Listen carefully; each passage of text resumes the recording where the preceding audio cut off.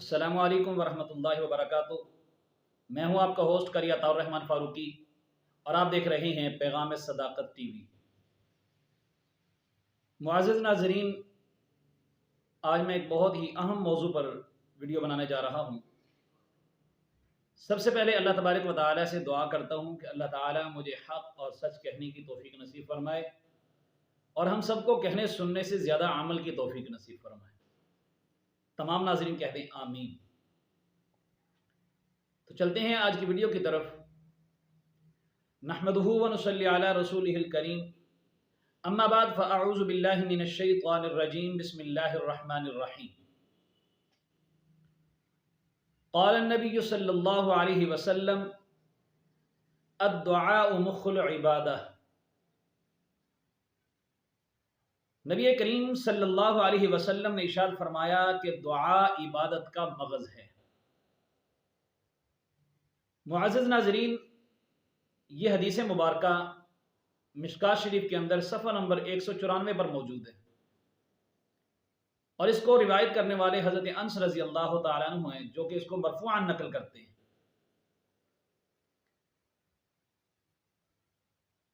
تو اللہ کے رسول صلی اللہ علیہ وسلم کا یہ فرمان کہ دعا عبادت کا مغز ہے، یعنی دعا خود ایک عبادت ہے، اور یہ ایک ایسی عبادت ہے کہ جس سے آج ہم محروم ہوتے چلے جا رہے ہیں۔ آج ہماری مسجدوں کے اندر اس بات کا فقدان پیدا ہو رہا ہے کہ لوگ دعا مانگے بغیر نماز سے فارغ ہو کر نکل جاتے ہیں اور اس اپنے پروردگار کے سامنے بیٹھ کر چند منٹ کے لیے دعا مانگنا بھی گوارا نہیں کرتے۔ تو اللہ کے رسول صلی اللہ علیہ وسلم کا یہ فرمان بڑا قابل تحسین ہے۔ الدعاء مخ العبادہ، دعا عبادت نہیں، عبادت کا مغز ہے۔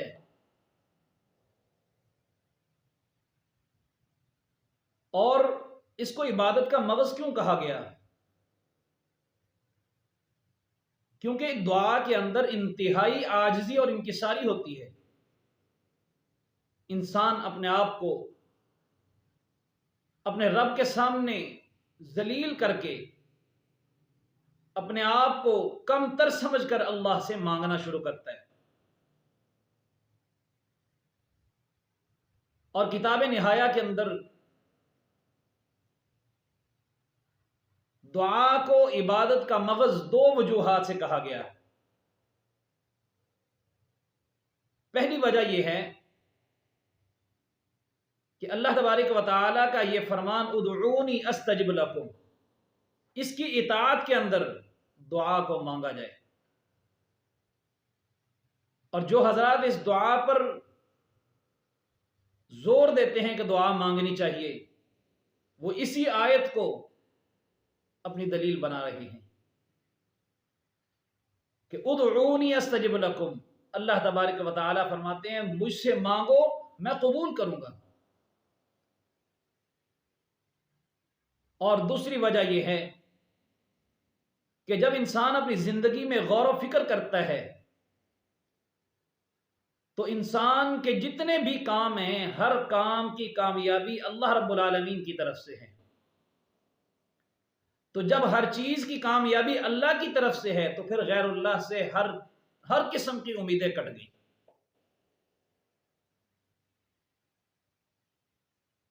اللہ رب العالمین سے مانگنے کی امیدیں قائم کرنا اور غیر اللہ سے مانگنے کی امیدیں کٹ جانا، یہی ایک مسلمان کا شیوہ ہے۔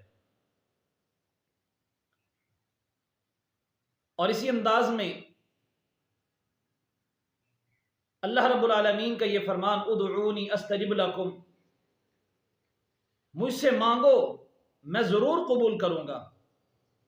اور میرے بھائیوں، یہ بہت بڑی عبادت ہے، بہت بڑی عبادت۔ یہ وہ عبادت ہے کہ انسان اپنے رب سے راز و نیاز کی باتیں کرتا ہے، اپنے رب کے ساتھ وہ باتیں کرتا ہے جو انسان کسی سے نہیں کر سکتا۔ انسان جب اپنی موج میں آ کر اللہ رب العالمین کی طرف متوجہ ہوتا ہے، رو کے گڑ گڑا کے اللہ سے مانگنا شروع کرتا ہے، پھر اللہ سے وہ راز و نیاز کی باتیں کرتا ہے جو انسان کبھی کسی سے نہیں کر سکتا۔ جو باتیں کسی اور سے کرتے ہوئے انسان کو شرم آتی ہے، وہ باتیں انسان اپنے رب سے آ کر کرتا ہے۔ اور اس انداز سے اللہ کے رسول صلی اللہ علیہ وسلم دعا فرمایا کرتے تھے کہ آپ یوں اس انداز سے ہاتھوں کو اٹھا لیتے، ہاتھوں کو اوپر اٹھا کر دعا مانگتے، اور اس قدر ہاتھ اوپر اٹھاتے کہ آپ کی بغلوں کی سفیدی ظاہر ہو جاتی، پھر آپ اللہ سے مانگنا شروع کرتے۔ لیکن آج ہمیں دعا مانگتے ہوئے شرم آتی ہے، لوگوں سے مانگتے ہوئے شرم نہیں آتی، لیکن اپنے پروردگار عالم سے مانگتے ہوئے ہمیں شرم آتی ہے۔ دعا مانگنے کو جی نہیں چاہتا، فرض نماز ختم ہوئی فوراً بھاگ جانے کو دل چاہتا ہے۔ میرے بھائیوں، اس بات کی فکر کرنے کی ضرورت ہے کہ اس اپنے رب سے لو لگاؤ، اس اپنے رب کے ساتھ تعلق کو قائم کرو کہ اس رب سے مانگا جائے اور اس ایک کی چوکھٹ پر آ جائیں، باقی تمام دروازوں کو چھوڑ دیں جہاں جہاں ہم نے امیدیں لگا رکھی ہیں، اس ایک رب سے امید کو قائم کریں، اللہ آپ کے خالی ہاتھ کبھی نہیں لوٹائے گا۔ اور ایک دوسرے مقام پر اللہ تبارک و تعالیٰ نے ارشاد فرمایا فَصَلِّ عَلَيْهِمْ إِنَّ صَلَاتَكَ سَكَنٌ لَّهُمْ، اے محبوب اپنے صحابہ کے لیے دعا کیجئے، إِنَّ صَلَاتَكَ، بے شک آپ کی دعا، سَكَنٌ لَّهُمْ، ان کے دلوں کو سکون پہنچائے گی۔ تو اللہ رب العالمین نے اس آیت مبارکہ کے اندر بھی دعا مانگنے کی ترغیب دی ہے، اور اپنے محبوب سے کہا جا رہا ہے کہ آپ اپنے صحابہ کے لیے دعا مانگیے، آپ کی دعا ان کو سکون پہنچائے گی۔ تو اللہ رب العالمین کے لاڈلے محبوب صلی اللہ علیہ وسلم نے اس بات پر عمل کر کے دکھایا۔ ایک مختصر سا واقعہ ذکر کر کے بات کو ختم کروں گا۔ نبی کریم صلی اللہ علیہ وسلم جب مدینہ المنورہ میں ہجرت کر کے تشریف لائے تو حضرت انس رضی اللہ تعالیٰ بھی چھوٹے بچے تھے، 8-10 سال کی عمر تھی، تو ماں نے بازو سے پکڑ لیا اور بچے کو بازو سے پکڑ کر نبی کریم صلی اللہ علیہ وسلم کی خدمت میں لے کر حاضر ہو گئی، اور آ کر عرض کی کہ یا رسول اللہ، میں یہ اپنے بچے کو لے کر آئی ہوں، آپ میرے اس بچے کو اپنا نوکر لگا دیجئے، اپنا نوکر رکھ لیجئے، میں قربان جاؤں اس ماں پر۔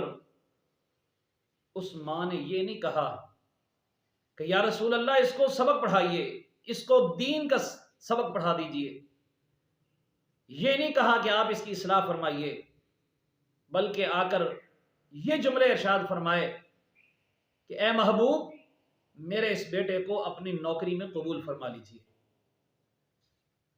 یہ آپ کے گھر کا جھاڑو دے گا، یہ آپ کے گھر کے برتن صاف کرے گا، یہ آپ کے گھر میں آپ کے بچوں کی خدمت کرے گا۔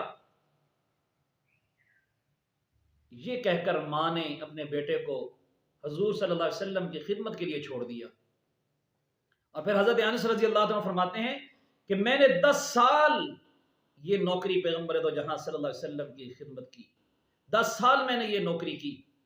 10 سال گزر جانے کے بعد ایک مرتبہ اللہ کے رسول صلی اللہ علیہ وسلم کی رحمت جوش میں آئی، حضرت انس کی ماں کو بلایا اور ماں کو بلا کر کہا کہ اس کو انس کو کچھ چاہیے تو نہیں؟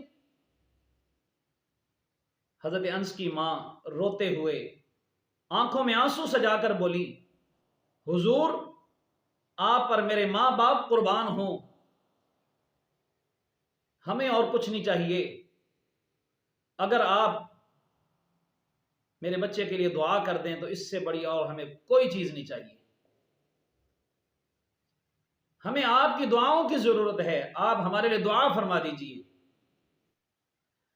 اللہ کے رسول صلی اللہ علیہ وسلم نے فوراً ہاتھ اٹھائے اور دعا کرنا شروع کی، اے پروردگار عالم، اے پروردگار عالم، میرے اس خادم کو اس انس کو لمبی زندگی عطا فرما۔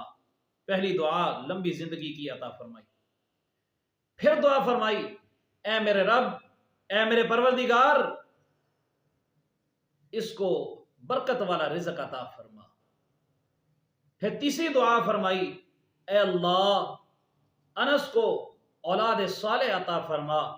چوتھی دعا فرمائی اے اللہ، اس کو آخرت میں جنت کے اندر میرا رفیق بنا، اس کو میری ہمسائیگی عطا فرما۔ یہ چار دعائیں پیغمبر دو جہاں صلی اللہ علیہ وسلم نے اپنے خادم خاص حضرت انس کے لیے فرمائیں۔ یہ دعا دی اور میرے محترم سامعین، پھر حضرت انس رضی اللہ تعالیٰ عنہ بعد میں فرمایا کرتے تھے کہ دیکھو اللہ کے رسول صلی اللہ علیہ وسلم نے مجھے دعا دی کہ لمبی زندگی عطا فرمائے، تو اللہ نے مجھے اتنی لمبی زندگی عطا فرمائی۔ 135 سال ہو چکے ہیں، 135 سال میری عمر ہو چکی ہے، ابھی تک میرے بال سیاہ ہیں، ابھی تک میرے دانت صحیح سلامت ہیں، ابھی تک میری آنکھیں، میری نظر بالکل درست ہے، ابھی تک میرے کانوں سے میں صحیح سن رہا ہوں، میری ہر چیز، جسم کے تمام اعضاء تندرست ہیں، مجھے ابھی تک کمزوری لاحق نہیں ہوئی۔ اور پھر فرمایا کہ یہ تو اللہ رب العالمین کے لاڈلے محبوب نے جو یہ دعا فرمائی تھی اس کا اثر نظر آ رہا ہے۔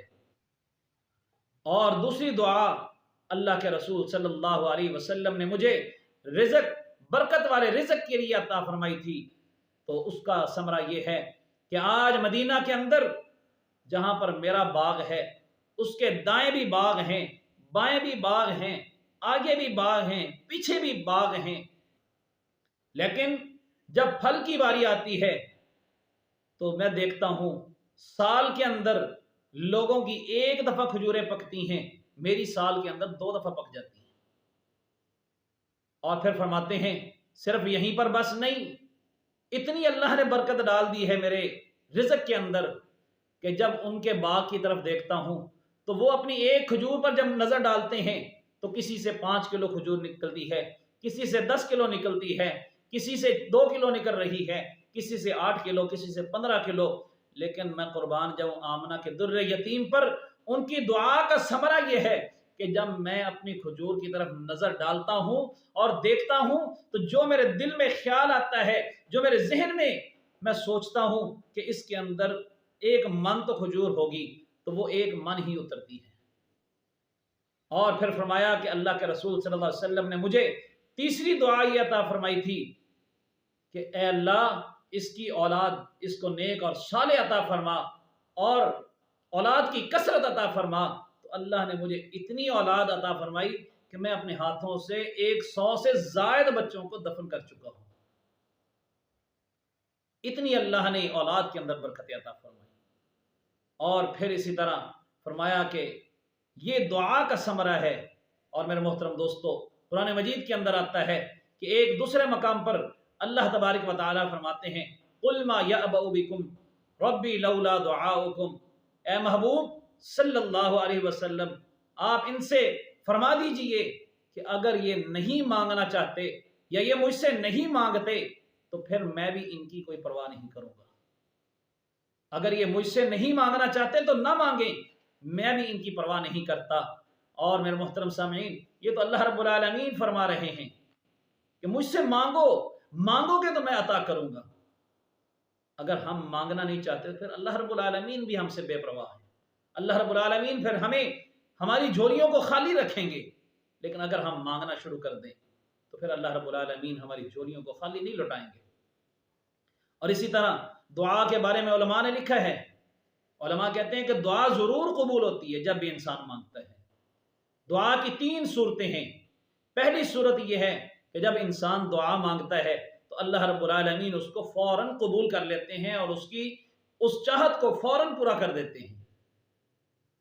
اور دوسری صورت یہ ہے دعا کی کہ انسان دعا مانگتا ہے، اللہ رب العالمین اس کو قبول فرما لیتے ہیں، لیکن اس انسان کی چاہت کے مطابق اس کو قبول نہیں فرماتے، بلکہ اپنی منشا اور اپنی مرضی کے مطابق اس کو قبول کر لیتے ہیں۔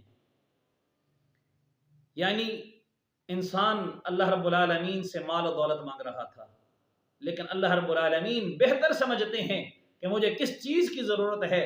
اللہ رب العالمین نے مجھے وہ چیز عطا فرما دی جس کی مجھے زیادہ ضرورت ہے۔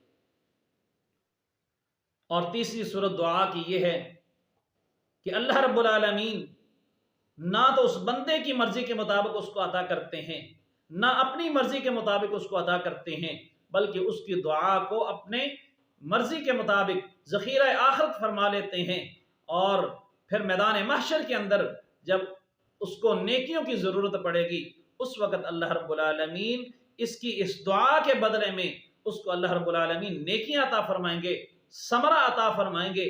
اس وقت ہر بندہ یہ تمنا کرے گا، اے کاش کہ دنیا کے اندر میری کوئی دعا قبول نہ ہوئی ہوتی، میری ہر دعا اسی طرح ذخیرہ آخرت کے لیے جمع کر لی جاتی۔ لیکن میرے محترم دوستو، اس وقت یہ موقع نہیں ملے گا، اس وقت یہ موقع ہاتھ سے جا چکا ہوگا۔ میرے محترم سامعین، آج اللہ نے ہمیں زندگی عطا کی ہے، صحت عطا فرمائی ہے، تندرستی دی ہے، تو اس اللہ سے مانگ لیں۔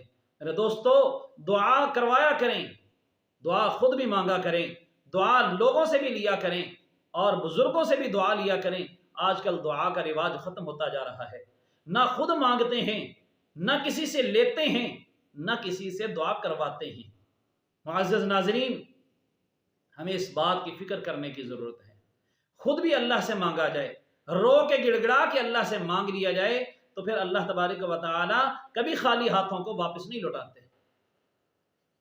اور اگر خود نہیں مانگنا آتا تو کم از کم اپنے بزرگوں کے پاس جائیں، علماء کے پاس جائیں، حفاظ اور قرہ کے پاس جائیں، ان سے جا کر دعا کروایا کریں، ان سے جا کر دعا کروائیں، ان سے التجا کریں کہ ہمارے لیے دعا فرما دیجئے۔ اگر ان کے ہاتھ اٹھ گئے اور آپ کے لیے دل سے دعا نکل گئی تو اللہ رب العالمین آپ کے بیڑے کو ضرور پار فرما دے گا۔ تو اللہ رب العالمین سے دعا ہے، اللہ تعالی ہم سب کو اس پر عمل کی توفیق نصیب فرمائے۔ کوئی بیٹھا ہوا دور مجھے دعا دیتا ہے، کوئی بیٹھا ہوا دور مجھے دعا دیتا ہے، میں ڈوبتا ہوں سمندر مجھے اچھال دیتا ہے، وما علینا الا البلاغ